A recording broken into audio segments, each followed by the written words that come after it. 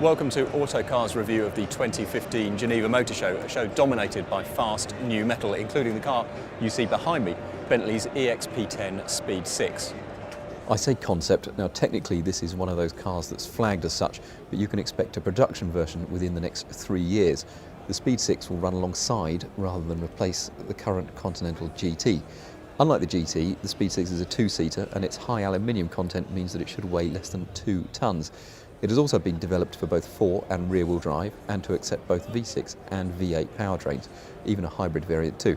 Also significant is the Speed 6's interior, whose portrait-shaped touchscreen sits inside a cabin that uses machined as well as handcrafted materials in a far more swooping cockpit-style environment than today's Bentleys. When the Speed 6 arrives, expect a starting price north of 120,000 quid. This is the moment the covers were pulled from the Aston Martin DBX, Aston's surprise unveiling in Geneva. And this is one of those cars that's definitely a concept. Aston boss Andy Palmer said it was created to defy conventional thinking about the luxury GT segment, which is why it looks like nothing else on earth and why it's meant to be powered, though whether this show car actually turns a wheel under its own steam is another matter, by a pair of electric motors.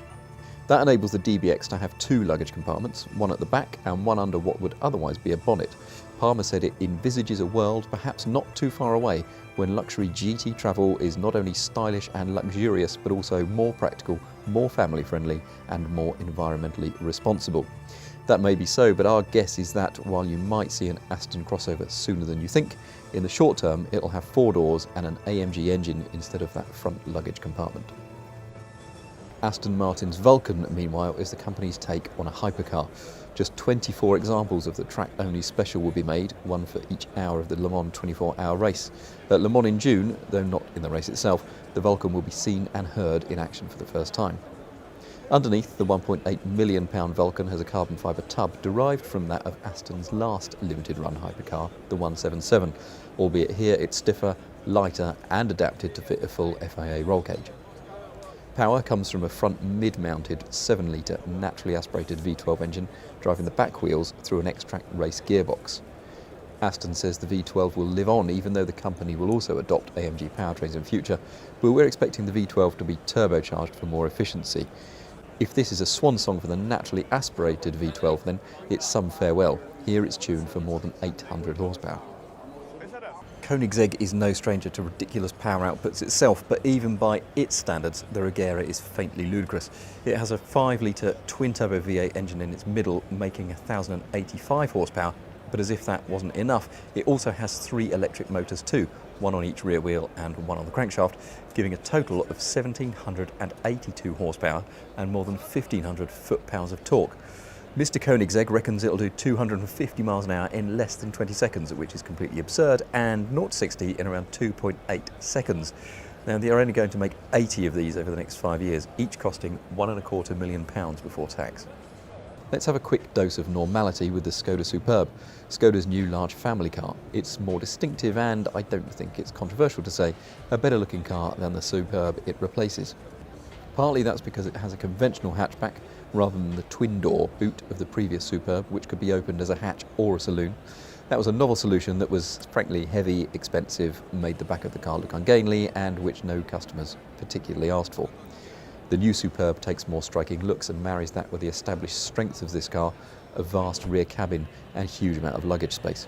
It'll come with a range of 4-cylinder petrol and diesel engines, although it's the diesels that will do the volume in the UK, where it will go on sale in September, priced from less than £20,000. Praise be, the GT3 RS, the most hardcore version of Porsche's 911, is back. With a 4-litre version of Porsche's flat-six engine, the latest GT3 RS makes 493 horsepower, but what's just as important is that it remains naturally aspirated. Porsche is resisting fitting turbos to its GT derivatives for as long as possible. Here then, peak power is made at an extraordinary 8,250 revs, and it's delivered to the rear wheels via a 7-speed twin-clutch gearbox. As usual, the GT3 RS gets a wider body shell than the GT3, but still comes in 10 kilos lighter at 1,420 kilos, because most of the body is aluminium, the roof structure is magnesium, and the bonnet is carbon fibre. Key figures are a top speed of 200 miles an hour if you ease off the angle of the adjustable rear wing, a 0 to 62 mile an hour time of 3.3 seconds, a Nürburgring lap time of 7 minutes and 20 seconds, and crucially, a price a whisker over £130,000. Deliveries start in May. If you think the Glickenhaus SCG 003 has come out of nowhere, remember that American financier and former film director James Glickenhaus has a huge collection of valuable cars and commissioned the P4/5 from Pininfarina, so he has form. The SCG 003 is to be offered in two forms, a race version weighing just 1,350 kilos, powered by a 3.5 litre twin turbocharged V6, that should make 530 horsepower. Glickenhaus recommends the same for road car customers, but buyers will effectively be able to specify their own power plant. Prices start at £1.6 million, and you can add another £750,000 to that for the race version. And if you think that's ambitious, Glickenhaus says that if he sells 10, he'll be at Le Mans with a new LMP1 car in 2017. The Lexus LFSA concept car previews Lexus's upcoming city car. Although at 3.4 metres long, this one is significantly smaller than the Mini and Audi A1 that we expect the production car to eventually rival. Despite the car's shortness, Lexus says the LFSA is capable of carrying 4 passengers, albeit in a 2+2 seating layout with a fixed driver seat and movable pedals. We expect a production Lexus city car, even if it doesn't look quite like this, to arrive based on a Yaris platform in 2018. Lotus has revised the Evora, the first major changes to the car since it was introduced in 2008. On the outside, the headlines are a new nose and tail design treatment, while under the engine cover, the 3.5 litre Toyota V6 has received a larger supercharger, lifting powers to 400 horsepower, hence the Evora 400 name. Inside, the Evora has been revised too, with Lotus saying that the interior quality has taken a significant hike. Significantly, the sills are 43mm narrower and 56mm lower than before, making it rather easier to get in and out. As well as the power, the price is up too. Expect the new Evora to cost around £70,000 when it goes on sale in August. It feels like we've seen the Honda Civic Type R a dozen times already, but here it is in production form with one very important performance figure announced. A lap time around the Nürburgring of 7 minutes 50.63 seconds, which is 4 seconds faster than the Renault Megane Trophy R. One other figure, the entry-level car will be priced from a fiver under 30 grand when it goes on UK sale in July. More important numbers come for the Lamborghini Aventador SV, or Super Veloce, 50 kilos, which is how much lighter it is than standard Aventador, giving it a claimed weight of 1,525 kilos, and 50 horsepower, which is how much more power the 6.5 litre V12 makes than standard. That takes the total to 740. Also new to the SV are adaptive dampers, said to sharpen the handling, and the option of variable ratio steering. We expect this car to cost from around 295 grand, which is £30,000 more than the standard Aventador. Two significant unveilings from McLaren at the Geneva show. First, the P1 GTR, a track-only version of McLaren's P1 hypercar, which, thanks to the fact it doesn't need to go anywhere near a road, has been given 986 horsepower, up from a touch over 900 on the standard car. Standard. Weight is down, meanwhile, by 50 kilos to 1,440, thanks to features like plastic windows, carbon fibre engine panels, and a lighter exhaust. Now, if you want one of the near £2 million GTRs, you must have already bought a P1. Slightly more relevant, then, is the 675 LT, a harder, lighter, and more powerful version of the 650S. This is powered by a 50% new version of the 650S's 3.8 litre twin turbo V8. It makes 666 horsepower, which is up from the 650. Weight is down by an impressive 100 kilos over the 650, giving it a dry weight of just 1,230 kilograms.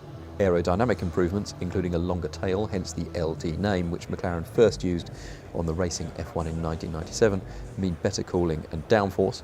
And this car comes as a coupe only. Customer deliveries begin in July, and it'll cost around £260,000. Another car with a twin-turbo V8 in its middle then, in the shape of the Ferrari 488 GTB.